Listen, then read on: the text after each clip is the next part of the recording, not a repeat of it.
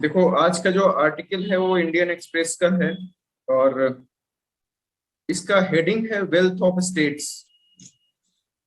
Wealth of states में तीन चीजों से स्टार्ट किया है इन्होंने कि किसी भी स्टेट के तीन फंक्शंस होते हैं। स्टेट का मतलब बिहार, यूपी, असम, इसकी बात मैं कर रहा हूँ।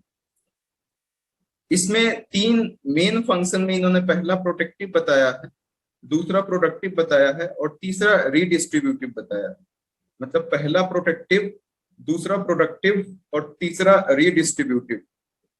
प्रोडक्टिव स्टेट में इन्होंने ये बोला है, सॉरी, प्रोटेक्टिव स्टेट में इन्होंने ये बोला है कि प्रोटेक्ट करना चाहिए उसको, अपने सिटीजन को। और सिटीजन को कैसे वो प्रोटेक्ट कर सकता है? लॉ एंड ऑर्डर को दुरुस्त करके कर सकता है, पीस को स्टेबलाइज किया जा सके, पीस को स्टैब्लिश किया जा सके। प्रोडक्टिव स्टेट की यदि हम बात करें तो उसमें बेसिक जो भी इंफ्रास्ट्रक्चर है, जैसे रोड हो गया, एजुकेशन हो गया, हेल्थ हो गया, इन सब चीजों पे ध्यान दिया जाता है। पावर हो गया। और रीडिस्ट्रीब्यूटिव का मतलब यही होता है कि सरकार टैक्सेस को इम्पोज करती है और उस टैक्सेस को वेरियस स्कीम्स के थ्रू, टैक्स किससे लेता है? जाहिर सी बात है कि हमसे और आपसे टैक्स लेते हैं, गवर्नमेंट लेती है। और उसी वेरियस स्कीम्स के तहत लोगों पे जो डिप्राइव सेक्शन ऑफ सोसाइटी है उनके लिए वेलफेयर स्कीम्स लेके आती है। हाँ, नो डाउट अबाउट इट, बाकी लोगों के लिए भी लेके आती है, लेकिन उनका मेन फोकस ये होता है कि गरीबों को उस पैसे को हम डिस्ट्रीब्यूट कर सकें। तो यही कहानी है। अब राइटर ये बताते हैं कि कोई भी राज्य जो है ना, ये प्रोटेक्टिव, प्रोडक्टिव और रीडिस्ट्रीब्यूटिव में पहला दोनों छोड़ देते हैं वो लोग और तीसरे वाले पे खूब से बहुत ज्यादा फोकस करते हैं। मतलब प्रोटेक्टिव को छोड़ देते हैं, प्रोडक्टिव को छोड़ देते हैं और तीसरे वाले पे आइडियली इनको तीनों करना चाहिए, लेकिन ये तीनों नहीं करते हैं, लास्ट वाला करते हैं रीडिस्ट्रीब्यूटिव। रीडिस्ट्रीब्यूटिव का क्लासिकल एग्जांपल आम आदमी पार्टी। आम आदमी पार्टी अभी पंजाब में सरकार बनी है, दिल्ली का तो छोड़ ही दो, फ्री पानी, फ्री बिजली, एवरीथिंग फ्री फ्री फ्री, तो फ्री वी के चक्कर में फंसा देते हैं। पंजाब में भी इन्होंने ये बोला है कि हर एक लेडी को 1,000 रुपए मतलब पर मंथ दिया जाएगा। कहाँ से देंगे इसका कोई ठिकाना नहीं है। तो क्यों नहीं है मैं आगे बताऊंगा।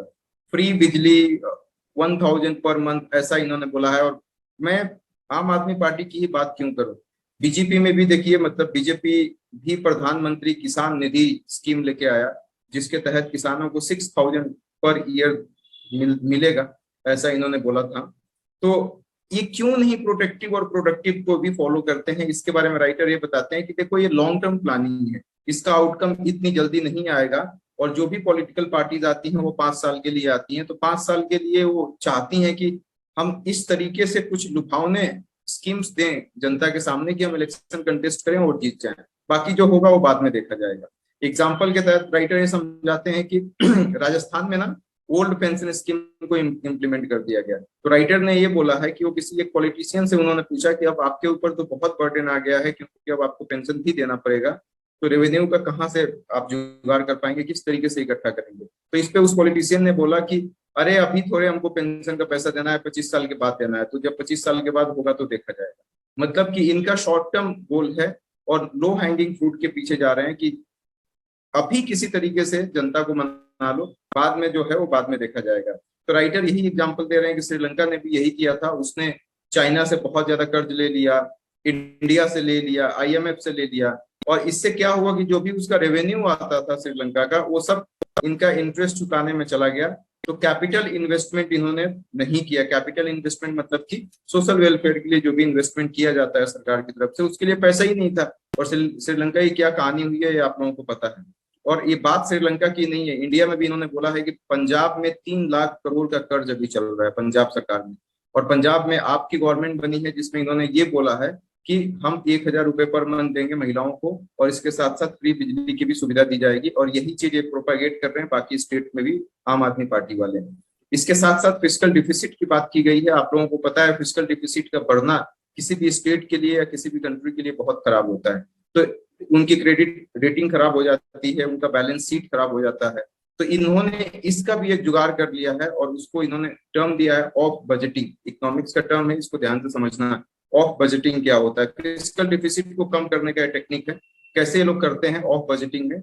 फॉर एग्जाम्पल, अभी मान लीजिए कि सेंट्रल गवर्नमेंट को 2 लाख करोड़ रुपए चाहिए सब्सिडी देने के लिए, फूड की सब्सिडी देने के लिए सेंट्रल गवर्नमेंट को 2 लाख करोड़ रुपए उनको यदि अरेंज करना है तो ये क्या कहेंगे, फूड कॉर्पोरेशन ऑफ इंडिया को कहेंगे कि 1 लाख करोड़ हम दे देते हैं, 1 लाख करोड़ तुम क्या करो, नेशनल स्मॉल सेविंग फंड से उधार ले लो।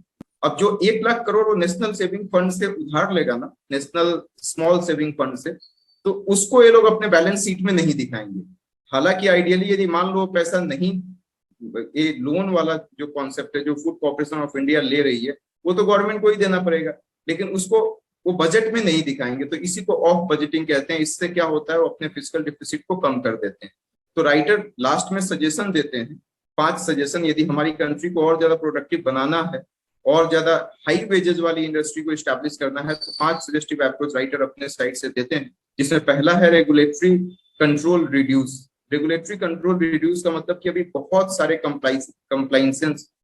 कंप्लाइसेंस हमने स्टैब्लिश कर दिए हैं किसी भी इंडस्ट्री के साथ। कंप्लाइसेंस का मतलब ये होता है, कंप्लाइंस का मतलब ये होता है कि चाहे हम उस चीज को माने या नहीं माने, कुछ ऐसे रूल्स एंड रेगुलेशंस बना दिया है गवर्नमेंट ने कि उसको बाय हुक और क्रुक हमको फॉलो करना ही पड़ेगा यदि हम बिजनेस कर रहे हैं तो।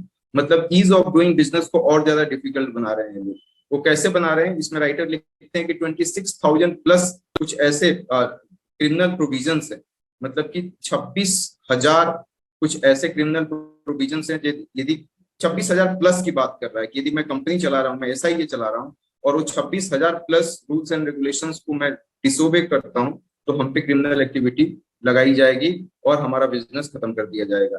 तो इस तरीके का यदि ये चीजें हो रही हैं तो हमारा इकोसिस्टम कहाँ जाएगा, हमारा फॉर्म्स कहाँ से प्रोडक्टिव होगा। तो इसको और ज्यादा रेशनलाइज करने की जरूरत है और ज्यादा डीक्रिमिनलाइज करने की जरूरत है, तभी जाके हमारे फॉर्म्स प्रोडक्टिव हो पाएंगे, तभी वो जाके प्रॉफिट कमा पाएंगे। और जब प्रॉफिट कमाएंगे तो जाहिर सी बात है कि हाई वेजेस सैलरी अपने एम्प्लॉइज को भी देंगे, ये पहली बात है। नेक्स्ट है fix government school. Fix government schools में ये हुआ है कि गवर्नमेंट ने अभी बहुत सारे स्किल डेवलपमेंट के प्रोग्राम स्टार्ट किए हैं, तो इससे गवर्नमेंट को एक बात तो समझ में आ गई है कि अब skill development short period of time में हम नहीं सिखा सकते हैं। जो 12 साल में चीजें सिखाई जा सकती हैं किसी को, वो शायद 2 महीने में 3 महीने में नहीं सिखाई जा सकती। तो इसीलिए फिक्स्ड गवर्नमेंट स्कूल्स की बहुत जरूरत है। मतलब कि क्वालिटी एजुकेशन का कोई ऑल्टरनेटिव नहीं है।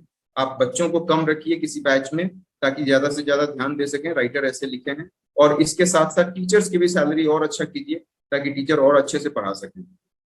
तीसरी बात इन्होंने बोला है कन्वर्ज एजुकेशन एंड एम्प्लॉयबिलिटी। अब आईआईटी के बच्चों को जॉब लग जाती है, बाकी engineering college, private engineering college के बच्चे हैं उनकी जॉब नहीं लगती। ऐसा क्यों होता है? सिलेबस तो एक ही है, ऑन एन एवरेज सिलेबस दोनों जगह का एक ही है, फिर भी ऐसा क्यों होता है कि आईआईटी के बच्चों की जॉब लग जाती है और जो प्राइवेट कॉलेज के बच्चे होते हैं, बीटेक की बात मैं कर रहा हूँ, एमबीबीएस का भी आप एग्जाम्पल ले सकते हो, ऐसा क्यों हो रहा है? तो ऐसा इसलिए हो रहा है कि आईआईटी में वो सारी चीजें सिखाई जाती हैं जिससे मार्केट में जरूरत है, लेकिन बाकी जो प्राइवेट कॉलेजेस हैं वहां पे सिर्फ उनको पास कराने के लिए चीजें कराई जाती हैं। तो पास करके जब निकलते हैं तो उनके अंदर एम्प्लॉयबिलिटी स्किल्स होता नहीं है, फिर उनको कहीं दूसरी जगह से कुछ ट्रेनिंग लेनी पड़ती है और तब जाके उनको जॉब लगती है। तो कहने का मतलब कि एजुकेशन से को एम्प्लॉयबिलिटी से इंटीग्रेट करें यदि हम, तभी जाके हो पाएगा। इसमें एक एग्जाम्पल इन्होंने दिया है अप्रेंटिस करने की जरूरत है। अप्रेंटिसशिप का मतलब ये होता है, इसको नॉर्मल तरीके से समझिए, ट्रेनिंग करने की बात कहिए। जैसे मान लीजिए आप बीटेक में हैं, बीटेक 3rd ईयर आपने कंप्लीट कर लिया, फाइनल ईयर में 6 मंथ के लिए आपको किसी इंडस्ट्री से टाई अप कर लिया है यूनिवर्सिटी ने, और उसी हिसाब से आपको 6 मंथ के लिए इंडस्ट्री में भेज दिया जाता है और वहां पे कम से कम पैसे में या फ्री में भी, फ्री ऑफ कॉस्ट आपको वहां पे जाकर काम करना पड़ता है। इससे क्या होता है कि कंपनी को भी फायदा हो जाता है और आप भी सीख लेते हैं कि एक्चुअली में कंपनी को क्या जरूरत है, और आपने जो पढ़ा है उस थ्योरी को प्रैक्टिकली किस तरीके से इम्प्लीमेंट किया जाए, ये सब चीजें सीख लेते हो और तब जाके आपकी जॉब लगती है। तो लास्ट चौथा इन्होंने बोला है डिवॉल्व मनी एंड पावर। इसका मतलब ये हुआ कि पैसा जो है वो पंचायत में या म्युनिसिपालिटी में बहुत कम पैसा दिया जाता है स्टेट गवर्नमेंट और सेंट्रल गवर्नमेंट के द्वारा, तो उसको और ज्यादा फंडिंग बढ़ाने की जरूरत है ताकि हम और ज्यादा लोकल लेवल पे भी, ग्रास रूट लेवल पे भी डेवलप कर सकें। लास्ट में सिविल सर्विसेज रिफॉर्म की बात इन्होंने कहा है। सिविल सर्विसेज रिफॉर्म का मतलब ये होता है कि जो एम्प्लॉइज है ना, उन पे हम सबसे ज्यादा ध्यान दे रहे हैं, उनको सबसे ज्यादा सैलरी दिया जा रहा है, पेंशन दिया जा रहा है, तो सारा पैसा इसी में चला जाता है। कैपिटल इन्वेस्टमेंट के लिए पैसा हमारे पास बचता नहीं है। कैपिटल इन्वेस्टमेंट मतलब कि सोशल डेवलपमेंट के लिए जितने भी पैरामीटर्स हैं, एजुकेशन मतलब स्कूल कॉलेजेस को स्टैब्लिश करना, ये हेल्थ की बात करें तो हॉस्पिटल्स को स्टैब्लिश करना, तो इसके लिए कैपिटल एक्सपेंडिचर हमारे पास नहीं होता है, सारा पैसा एम्प्लॉइज के पेंशन में और सैलरी में ही चली जाती है। तो इसको भी ध्यान देने की जरूरत है। लास्ट में राइटर एक चीज को बताया कि अमानत और जागीर में क्या अंतर है। अमानत और जागीर में अंतर यही है कि अमानत का मतलब ये हुआ कि यदि आपने मुझे कोई चीज संभाल दिया है रखने के लिए, तो हम उसको संभाल के रखेंगे और जब आपको जरूरत होगी एज इट इज वो चीजें हम आपको दे देंगे। ये अमानत हुआ, मतलब किसी दूसरे की संपत्ति को आप संभाल के रखें। जागीर का मतलब ये हुआ कि हमारा आपने दे दिया, अब हमको जो मन है सो करेंगे। मतलब अब जैसे आपने ये पेन दे दिया मुझे, अब आप जब अब इस पेन को मैं ब्रेक कर दूंगा, मैं तोड़ दूंगा, क्योंकि ये मेरी जागीर है। तो इस तरीके की चीजें हैं। तो आज के डेट में जो पॉलिटिशियंस हैं या जो भी एग्जीक्यूटिव हैं, वो अपने हर एक पोस्ट को जागीर समझते हैं। उनको अमानत समझना चाहिए कि हम फॉर द टाइम बिंग इस पोजीशन को होल्ड कर रहे हैं। 3 साल के बाद, 4 साल के बाद, 5 साल के बाद ये पोजीशन किसी और के पास चला जाएगा।